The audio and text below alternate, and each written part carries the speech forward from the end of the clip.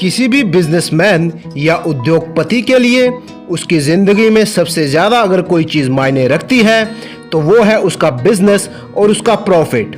इसमें कुछ गलत भी नहीं है, लेकिन भारत के एक उद्योगपति जो कुछ अलग ही मिट्टी के बने हैं, उन्हें उद्योगपति कहें, देशभक्त कहें, दानवीर कहें या एक सफल बिजनेसमैन कहें, ये मैं आप पर ही छोड़ता हूं। अपने कुल मुनाफे का 66% तक दान कर देने वाली टाटा ग्रुप के फॉर्मर चेयरमैन रतन जी टाटा की हम बात कर रहे हैं। एक सफल उद्योगपति होने के साथ साथ वो एक बेहतरीन इंसान भी हैं। देश पर कभी भी कोई भी आपदा आई हो तो इस दानवीर ने दिल खोलकर पैसा दान किया है।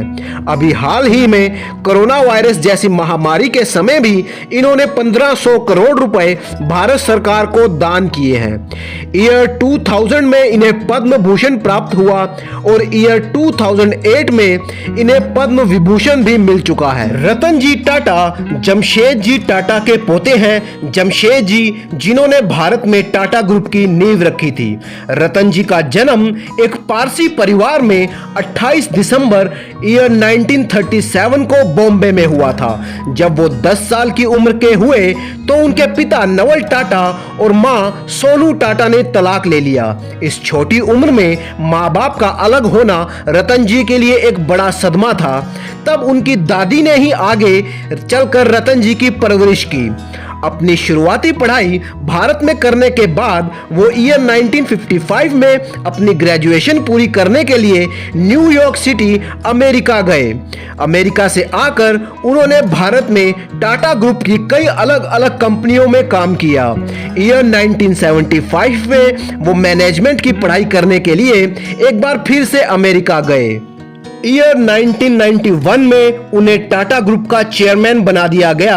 उनके कार्यकाल में टाटा ग्रुप ने अपनी कई बुलंदियों को हासिल किया, जिसे हम जानते ही हैं। रतन जी ने टाटा ग्रुप में एक के बाद एक कई सफल कंपनियां लॉन्च की। उनकी टाटा कंसल्टेंसी सर्विसेज TCS जो टाटा ग्रुप की सबसे सफल कंपनियों में से एक है। रतन जी बहुत ही सफल उद्योगपति रहे।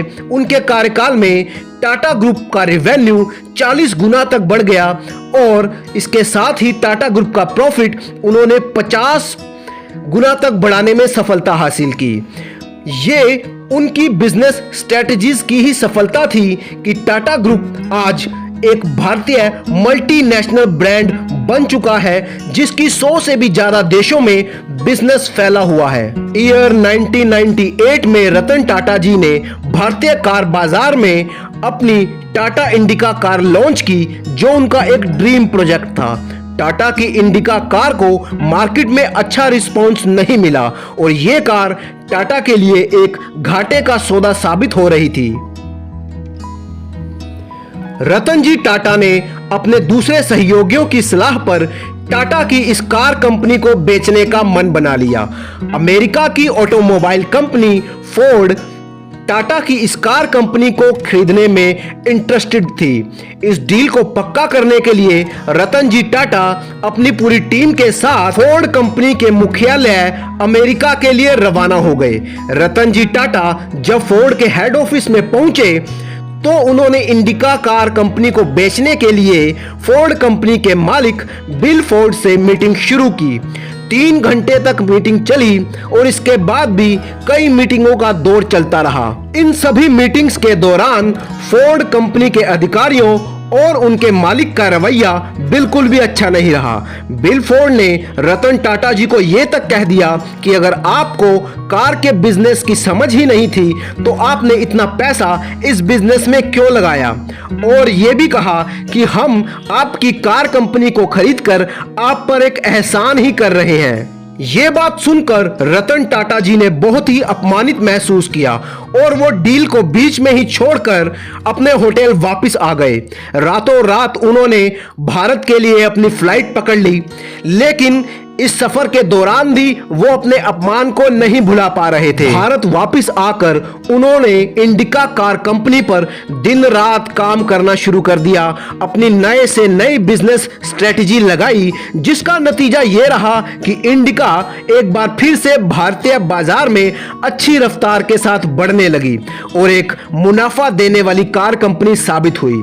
दूसरी तरफ फोर्ड कंपनी अमेरिकन मार्केट में धीरे धीरे एक फेलियर ही साबित हो रही थी। ईयर 2008 में फोर्ड कंपनी लगभग बंद होने की कगार पर ही पहुंच गई। तब रतन जी टाटा ने फोर्ड कंपनी की लग्जरियस सेगमेंट की गाड़ी जगुआर और लैंड रोवर को खरीदने की पेशकश की। इस पेशकश को फोर्ड कंपनी के मालिक बिल फोर्ड ने बहुत ही खुशी से स्वीकार कर लिया। इस डील को फाइनल करने के लिए बिल फोर्ड खुद अपनी टीम के साथ अमेरिका से मुंबई आए टाटा ग्रुप के हेड ऑफिस में। ठीक उसी तरह से जैसे रतन जी टाटा ईयर 1998 में अमेरिका गए थे बिल फोर्ड से मिलने के लिए। टाटा कंपनी के हेड ऑफिस में बिल फोर्ड और रतन जी टाटा की मीटिंग हुई। ये डील 2.3 बिलियन यूएसडी डॉलर में फाइनल हुई, जो उस समय की एक बहुत बड़ी डील थी। इस बार बिल फोर्ड ने एक बार फिर से एहसान करने की बात कही, लेकिन इस बार उनके शब्द बिल्कुल पलट चुके थे। बिल फोर्ड ने रतन जी से कहा कि रतन जी, आप हमारी कार कंपनी को खरीदकर हम पर एक बहुत बड़ा एहसान कर रहे हैं। इस तरह से ईयर 1998 में हुए अपमान का बदला रतन टाटा जी ने ईयर 2008 में लिया। इसी साल नवंबर 2008 में भारत पर एक बड़ा आतंकवादी हमला हुआ। 26/11 का यह हमला, जिसमें मुंबई शहर को टारगेट किया गया था। इस आतंकवादी हमले में टाटा ग्रुप के होटल ताज को भी निशाना बनाया गया। कुछ आतंकवादी होटल ताज में घुस गए। इस हमले में होटल ताज में रह रहे मेहमानों और उनके स्टाफ के कई लोगों को घायल होना पड़ा और कुछ की तो मौत भी हो गई। तब रतन जी टाटा ने अपने होटल में रह रहे मेहमानों और अपने स्टाफ के लोगों जिनको चोट आई थी, उनका पूरा इलाज अपने खर्चे पर करवाया और जिन स्टाफ मेंबर्स की मौत हुई वो उनके घर तक भी गए और उन सबको एक अच्छी खासी रकम देकर मुआवजा भी दिया। सिर्फ इतना ही नहीं, आतंकवादी हमला होने के कारण उनके होटल के आसपास ठेला लगाने वाले, सब्जी बेचने वाले, चाय वाले या पान की दुकान वाले, इन सब का भी जो नुकसान हुआ था, उस नुकसान की भरपाई रतन जी टाटा ने अपने कंपनी के खर्चे से की। दोस्तों, रतन जी टाटा की शख्सियत इतनी बड़ी है कि उनकी कॉम्पिटिटिव कंपनी भी उनका सम्मान करती है। टाटा ग्रुप की TCS और दूसरी तरफ इन्फोसिस आपस में कॉम्पिटिटिव कंपनी है, लेकिन ईयर 2020 में एक अवार्ड फंक्शन के दौरान जब इन्फोसिस के CEO नारायण मूर्ति और टाटा ग्रुप के रतन टाटा जी स्टेज पर मिले तो नारायण मूर्ति जी ने रतन टाटा जी के पैर छू लिए।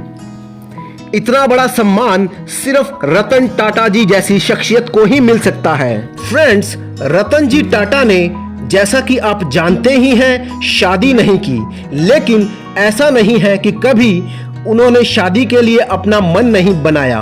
उन्होंने एक इंटरव्यू में बताया था कि ईयर 1961 में उन्होंने एक बार शादी के लिए सोची थी, जब वो न्यूयॉर्क अमेरिका में पढ़ाई कर रहे थे।